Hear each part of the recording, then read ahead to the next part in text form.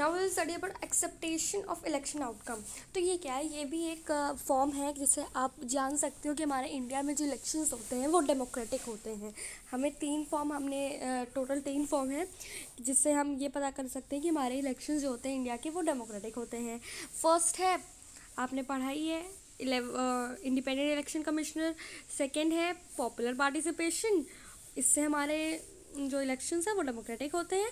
और थर्ड है acceptance of election outcome.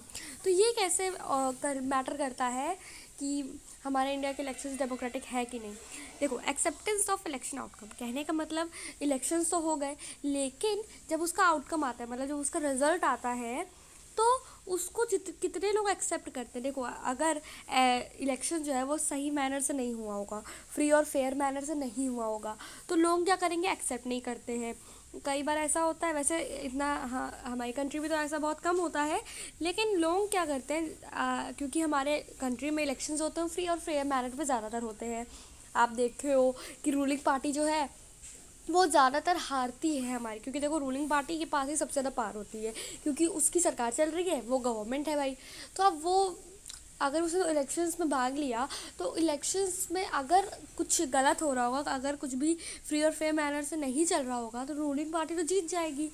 इसीलिए क्या होता है, अगर हमेशा हर बार, जैसे 2005 मतलब हर एक ईयर में क्या होगा, जब हमेशा रूलिंग पार्टी जीतेगी, तो आपको क्या लगेगा कि हाँ, अब कुछ ना कुछ तो गलत हो रहा है कि हमेशा रूलिंग पार्टी जीत रही है। तो एक बार रूलिंग पार्टी जीतेगी तो आपको नहीं लगेगा, क्योंकि देखो रूलिंग पार्टी के पास ऐसा तो नहीं है ना कि वो जीत ही नहीं सकती, हो सकता है जीत जाए, लोगों का सपोर्ट उन्हें फिर से मिल जाए। लेकिन अगर हर बार ऐसा होता है तो आपको तो यही लगेगा कि रूलिंग पार्टी के पास तो भाई पावर है, तो जीत सकती है। तो पावर के बल पे जीत रही है, वोटर्स के वोट के बल पर नहीं जीत रही है। तो इलेक्शन आउटकम, इलेक्शन होता है तो उसमें क्या आता है, रिजल्ट क्या आता है, वो इसको एक्सेप्ट करता। अगर फ्री और फेयर मैनर से चल रहा होगा कुछ भी, तो अगर सब कुछ फ्री और फेयर मैनर से चल रहा होगा, इलेक्शन फ्री और फेयर मैनर से हुआ होगा, तो क्या होगा, लोग जो होंगे वो उसे सपोर्ट करेंगे कि हाँ, अगर ये पार्टी जीत गई है तो ठीक है, जीती है तो सही से जीती है। और अगर दूसरी पार्टी भी होगी, जैसे कि ये एक पार्टी है जो जीत गई, ठीक है, और ये एक पार्टी है जो हार गई है, तो ये हार गई है, ये जीत गई है। अगर ये वाली पार्टी अगर जीत गई और ये वाली पार्टी हार गई है, तो ये वाली पार्टी जो है, हारने वाली पार्टी, ज़रूरी नहीं है कि वो विरोध करे कि ये लोग ऐसे हारे हैं, गलती से हारे, क्योंकि हमारे इलेक्शन कमिश्नर अच्छे हैं तो वो ऐसा कुछ भी कर नहीं सकती। लेकिन अगर सच में कुछ भी फ्री और फेयर मैनर से नहीं हुआ होगा, तो क्या होगा, लोग विरोध करेंगे और पीपल्स भी विरोध करेंगे, पार्टी ही नहीं, जो पीपल्स होंगे वो भी विरोध करेंगे कि हाँ, फ्री और फेयर मैनर से नहीं हुआ है, हम जिसे चूज़ कर रहे हैं वो तो चूज़ हुआ ही नहीं है, और अच्छी तरीके से लोग पैसा दे दे के वोट ले रहे हैं या फिर कुछ भी गलत काम कर रहे हैं। तो वही कहा जा रहा है कि इलेक्शन आउटकम, इलेक्शन में क्या आ रहा है उसका एक्सेप्टेंस भी होना चाहिए, मतलब कि लोगों ने उसे एक्सेप्ट किया कि नहीं। अगर लोग उसे एक्सेप्ट नहीं कर रहे हैं, तो क्या कहने का मतलब है कि फ्री और फेयर मैनर से नहीं हुआ, तभी तो लोग उसे एक्सेप्ट नहीं कर रहे हैं, कि जो भी इलेक्शन, जो भी रिजल्ट आया है, लोग उसे एक्सेप्ट नहीं कर रहे हैं। तो स्टार्ट करते हैं। One final test of the free and fairness of election has in the outcome itself. देखो, हमने अभी तक कितने फ्री और फेयर मैनर से हो रहा है कि नहीं, ऐसा कौन कौन चेक करता है। फर्स्ट तो इलेक्शन कमिश्नर चेक करता है ना। इलेक्शन कमिश्नर भी ये चेक करता है कि सब कुछ फ्री और फेयर मैनर से नहीं हो रहा है कि नहीं हो रहा है। पार्टी के जो कैंडिडेट्स होते हैं वो भी चेक करते हैं। जब भी वोटिंग होती है, जब भी पोलिंग होती है, तो पार्टी के कैंडिडेट्स जाते नहीं हैं पोलिंग बूथ पे, ताकि वो चेक कर सके कि सब कुछ सही हो रहा है कि नहीं हो रहा है ना। बाकी लोग भी फ्री और फेयर मैनर से सब हो रहा है कि नहीं हो रहा है, ये भी टेस्ट होता है। लेकिन अब ये जो फाइनल टेस्ट होता है फ्री और फेयरनेस का, कि सब सही हो रहा है कि नहीं, ये होता है इलेक्शन के आउटकम्स खुद होते हैं। मतलब कि जो रिज़ल्ट आता है इलेक्शन का वो खुद होता है। जैसे कि इलेक्शन हुआ, ठीक है, इलेक्शन का रिजल्ट आया, तो इससे आपको क्या पता चलेगा, अगर इलेक्शन का रिजल्ट आया और लोग उसे पसंद नहीं कर रहे कि नहीं, गलत आया है रिजल्ट हमें ये नहीं चाहिए था, तो इससे क्या होगा, इससे पता चलेगा कि जो इलेक्शन हुआ है वो फ्री और फेयर मैनर से नहीं हुआ, तभी तो लोग उसे पसंद नहीं कर रहे हैं। तो यही बात हुई थी कि फ्री और फेयरनेस की सबसे फाइनल टेस्ट यही होता है कि आउटकम जो है वो खुद ही इसका फाइनल टेस्ट होता है। If elections are not free and fair, अगर इलेक्शन फ्री और फेयर नहीं होंगे, तो outcome always favour the powerful. देखो, अगर इलेक्शन जो है वो फ्री और फेयर मैनर से नहीं होंगे तो आउटकम जो होगा वो ऑलवेज पावरफुल फेवर में रहेगा। In such a situation the ruling parties do not lose elections. अगर ऐसे फ्री और फेयर मैनर से नहीं होगा तो जो रूलिंग पार्टी होगी, जिसके पास पावर होगी, वो तो जीतती जाएगी ना। Usually the losing party does not accept the outcome of a election. मतलब कि यूजुअली क्या होगा, जो लूजिंग पार्टी होगी, अगर फ्री और फेयर मैनर से नहीं होगा, अगर रूलिंग पार्टी जीत जाती है, ठीक है, रूलिंग पार्टी विन हो गई, तो जितनी भी बाकी सारी जो पार्टीज़ होंगी उन्हें क्या लगेगा कि इलेक्शन जो है वो फ्री और फेयर मैनर से नहीं हो, हमेशा रूलिंग पार्टी जीतती है, हम तो केवल इलेक्शन के लिए खड़े होते हैं। तो उन्हें क्या लगेगा कि रिग्ड इलेक्शन हुआ है, मतलब कि वोट डलवाए गए हैं, वोट पोलिंग बूथ में वोट ऐसे ही अपने अपने उसमें डलवाए गए हैं। The outcome of India's election speaks for itself.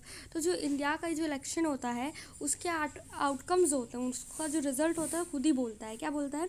Ruling parties routinely loss elections in India both at the national and state level. हमने अपने इंडिया में क्या देखा है कि जो रूलिंग पार्टी जिसकी सरकार चल रही होती है वो ज़्यादातर हार रही है। हमारे इलेक्शंस इंडिया में ज़्यादातर आपने देखा होगा जिसकी सरकार चल रही है वो ज़्यादातर हारती है। अगर वो हर साल जीतेगी तो यही लगेगा ना कि फ्री और फेयर मैनर से नहीं हो रहा, डेमोक्रेसी नहीं है, ठीक है।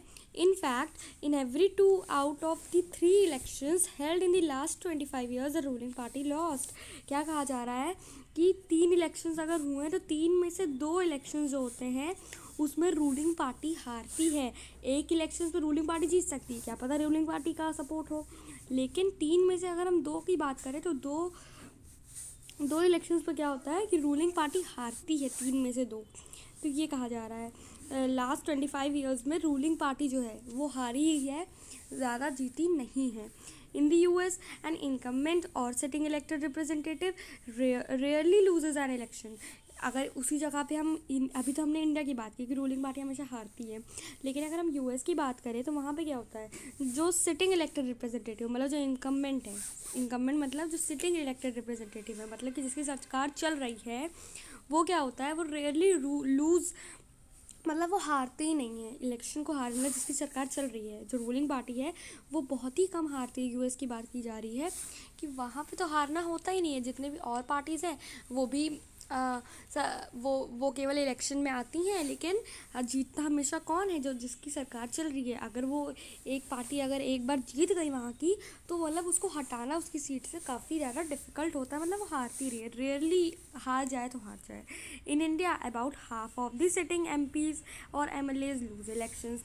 लेकिन हमारे इंडिया में इसका बिल्कुल उल्टा होता है कि ज़्यादा से ज़्यादा एमपीज़ जो है, एमएलएज जो हैं, वो इलेक्शंस को हारते हैं। जो सिटिंग एमएलए मतलब जो जिसकी सरकार चल रही है वो हमेशा हारते ही हैं। Candidates who are known to have spent a lot of money on buying votes and those with known criminal connections often lose elections.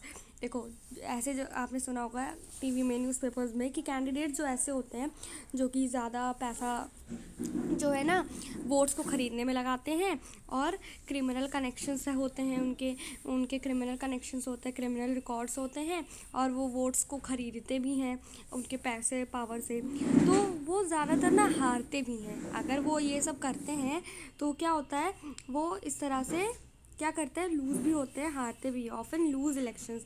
वो ज़्यादातर ऐसे लोग इलेक्शन जो है हमारी कंट्री में हारते हैं। Barring very few disputed elections the electoral outcomes are usually accepted as people's verdict by the defeated party. देखो क्या, अब देखते कि इस पॉइंट का क्या मतलब है। बैरिंग वेरी फ्यू डिस्प्यूटेड, देखो ऐसा काफ़ी कम हुआ है कि इलेक्शंस हुए, ठीक है, इलेक्शंस हुए और जो भी आउटकम आ रहा है, जो रिजल्ट आ रहा है, वो पीपल्स के वर्डिक्ट मान लेता है। मतलब कहने का मतलब जो डिफीटेड पार्टी होती है, जैसे कि ये पार्टी है जो कि जीत गई है, ये है पार्टी ए है और ये है एक party that is B, party A है और ए पार्टी बी है। तो अब दोनों में से कोई एक पार्टी जीतती, जैसे कि ए जो है वो जीत चुकी है, तो बी जो पार्टी, जो हारी हुई पार्टी है ना, डिफीटेड पार्टी है, इसकी अपोजिशन की पार्टी है और डिफीटेड पार्टी है। तो ऐसा नहीं है कि हमेशा हमारे इंडिया में क्या होता है कि ऐसा बहुत कम होता है कि जो हारी हुई पार्टी है वो एक्सेप्ट ना करे कि जो जीती हुई पार्टी है वो जीती है। ऐसा नहीं है। वो क्या कहते हैं, जो हारी हुई पार्टी होती है वो सोचती है कि हाँ ये पीपल का वर्डिक्ट है, मतलब पीपल जो चाहते हैं वो उनके हिसाब से हुआ है, पीपल ने जिनको वोट दिया है वो जीत गई है, तो वो ये मानते हैं, जो हारी हुई पार्टी है वो ये मानते हैं। मतलब कि हमेशा ऐसा नहीं होता कि हारी हुई पार्टी उसका पोस्ट करे कि नहीं गलती से जीते हैं या फिर अनडेमोक्रेटिक तरीके से जीते हैं, तो ऐसा वो हमेशा नहीं करती हैं। अगर सब कुछ सही से हुआ है तो जो वो क्या मान लेती है, जो डिफीटेड पार्टी होती है वो मानती है कि पीपल का वर्डिक्ट समझ के वो कहती हैं कि हमें कोई गलती थी, इसीलिए लोगों ने हमें सपोर्ट नहीं किया। तो इसीलिए वो क्या ये समझ के कि उनमें ही कोई गलती थी और पीपल का वोट मांग के कि हाँ पीपल ने उन्हें वोट दिया तो वो जीत गई, तो ये मान के वो क्या करती हैं, दोबारा से मेहनत करने लग जाती हैं। तो इस तरह से होता है।